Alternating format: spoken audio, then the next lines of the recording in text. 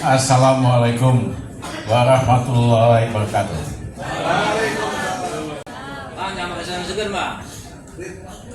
Saya senang di sini. Yang Badung-Badung ada, yang setengah Badung ada, yang ragu-ragu juga ada. Biasanya politisi harus terus-menerus ragu-ragu.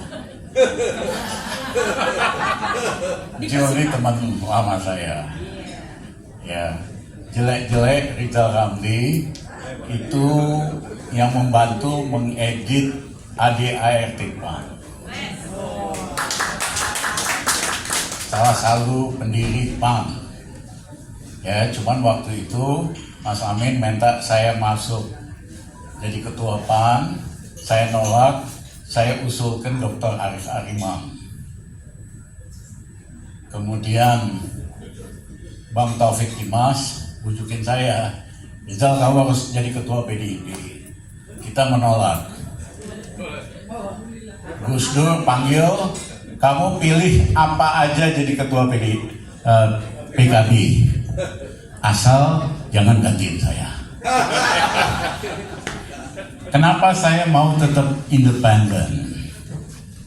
Karena harus ada yang menyuarakan aspirasi rakyat. Mohon maaf kalau aspirasi partai kan tentu banyak kepentingan. Ya kan, wajar namanya partai, dan dalam demokrasi memang harus ada partai. Tapi ada 40% rakyat kita pada dasarnya non partai. Nah, mereka konstituennya Rizal Ramli, itu aja dah gampangnya. Nah, yang kedua, hari ini banyak capres-capres seperti Pak Marzuki Ali katakan tadi, capres modal polling doang. Ya, Jokowi dulu canggih, dia nyewa 9 perusahaan polling, 3 dibayarin sama teman saya Luhut Panjaitan, 3 lagi Edi Saryat Maja, 3 James. Tiap 2 minggu hasilnya Jokowi naik terus media berbayar. Nah, teknik ini diikutin lagi oleh yang sekarang ini, oleh Ganjar. Ya kan? Polling yang dia sewa 7 biji. Media berbayar. Ya pokoknya naik tiap 2 minggu kan ada upgrade. Tapi Mbak Mega pernah ketipu urusan begini. Karena 9 perusahaan survei itu ngadep sama Mbak Mega, Bang Taufik, Teguh Umar, satu-satu jelasin. Bu, kalau ibu maju, ibu gak bakal menang. Tapi kalau PDIP ajukan Pak Jokowi, pasti menang. Dan yang lebih penting lagi, ada bonus Jokowi.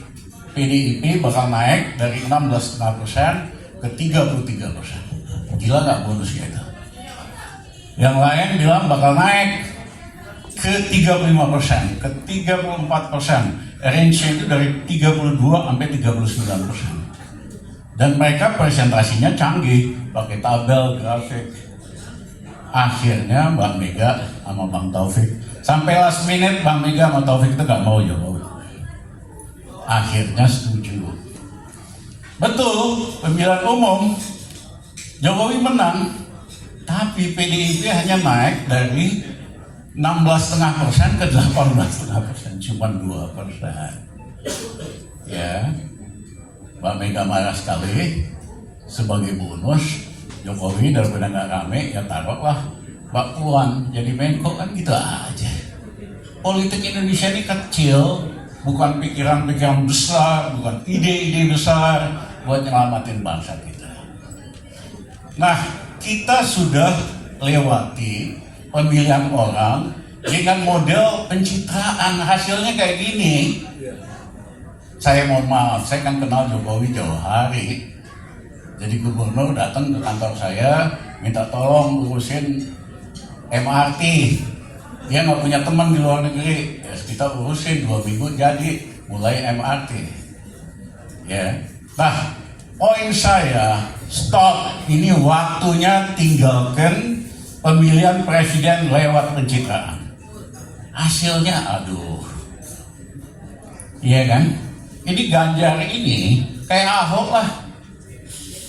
Ingat gak Ahok politnya naik terus? Teman saya Luhut Panjaitan telepon, "Jo, ini Ahok pasti menang." Gue bilang, gue suka bingung, abang itu bodoh apa pinter, gue gak ngerti. Abang yang bayar perusahaan polling, tugasnya naik-naikin Ahok, habis itu abang percaya hasilnya. Mohon maaf dah, abang kurang cerdas menurut saya gitu. The same thing repeat again. Iya kan? Ganjar ini kan kayak balon, tusuk aja sama kawan-kawan pakai jarum dikit, tempes itu kata bapaknya. Dia cuma buat di Jawa Tengah, Jawa Timur yang udah lanjut pilih Ganjar. Itu kan basisnya NU. Ya, di Jawa Barat mana iya, di luar Jawa siapa Ganjar. Tapi karena bandar-bandar, cukong-cukong, pilih dia. Kalau enggak, Jokowi perpanjangan. Masa Indonesia dipimpin lagi sama presiden pencitraan? Mau jadi apa republik ini? Hancur. Ini loh kasus apa itu? Berapa triliun? 300 triliun. Kelihatan teman gua bagaimana mencelaknya, namanya Mahfud. Dia yang umumin, PPTIK yang umumin. Habis itu dia bilang bukan duit korupsi, duit money laundering. Come on, money laundering itu kejahatan. Hasil uang curian, hasil uang drug, hasil uang kagak beres semua, duit hitam semua. Akhirnya dia sadar salah ngomong. Beberapa hari yang lalu dia ganti lagi. Ini bukan money laundering, bukan kejahatan. Pak Mahfud, aduh, saya mohon maaf, teman saya belajar hukum di mana gitu loh. Ya, nah dalam kondisi gini, pilihan kita harus kita ubah sistem ini. Cuman ubah sistem ini gak mungkin kecuali Pak Jokowi mundur dalam waktu dekat. Wajib apa enggak? Wajib. Nggak bisa kok. I know him. Iya kan? Jadi waktunya Mas Jokowi udahlah mundur. Wis. Kenapa? Pelanggaran konstitusi yang dilakukan Pak Jokowi banyak sekali. Teman-teman udah list apa aja? Wajib di-impeach karena pelanggaran konstitusi. Nah, yang kedua, KKN keluarga Jokowi lebih gawat dari Pak Harto. Saya kan oposisi Pak Harto, masuk penjara Pak Harto. Tommy itu baru bisnis kelas Soeharto kuasa 15 tahun. Hari ini Kaisang 7 tahun Jokowi kuasa. Perusahaannya 60 biji, invest ratusan miliar. Duitnya dari mana? Dari taipan-taipan pembaga hutan mau nyogok Jokowi dan anaknya gitu loh. As simple as that. Belum yang lain-lain. Dengerin Bang Julhas. Nah, Bang Julhas itu Demokrat. Saya nggak khawatir. Nah, yang ketiga, kasus pajak ini dahsyat sekali. Tidak ada revolusi besar di seluruh dunia tanpa pajak. French Revolution. Raja sama ratu pesta tiap malam. Rakyat yang bawa bayar pajak. Akhirnya dipancing kepalanya si Louis XVI, ratunya Antoine, ditenteng itu apa kepalanya seluruh Paris. Revolusi Amerika karena kolonial Inggris pajakin teh. Rakyat di Boston peti-peti teh itu dibuang ke laut, terjadi revolusi di Amerika. Perlawanan pertama lewat VOC itu di Banten, karena VOC pajakin tanaman lada di Banten. 8 tahun pemberontakannya nggak bisa selesai.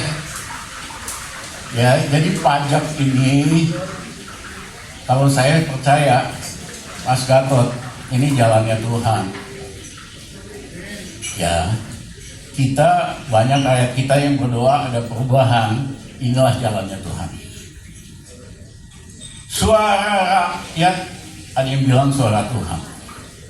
Hari ini suara rakyat di mana? Di sosial media. Ada yang ngaco, ada yang hoax. Nggak apa-apa. Ya, ada yang ngaco, ada yang hoax, tapi banyak juga yang murni dari suara rakyat itu.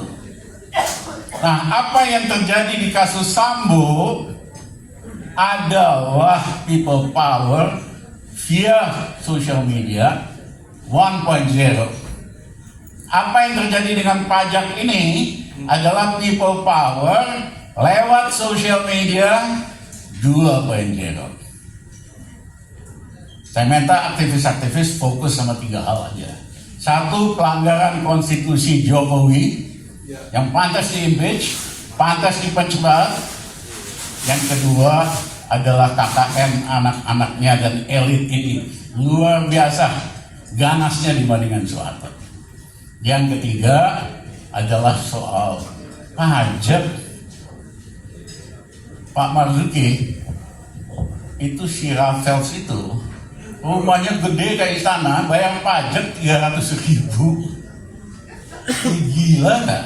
Mobil-mobilnya nggak bayar pajak semua.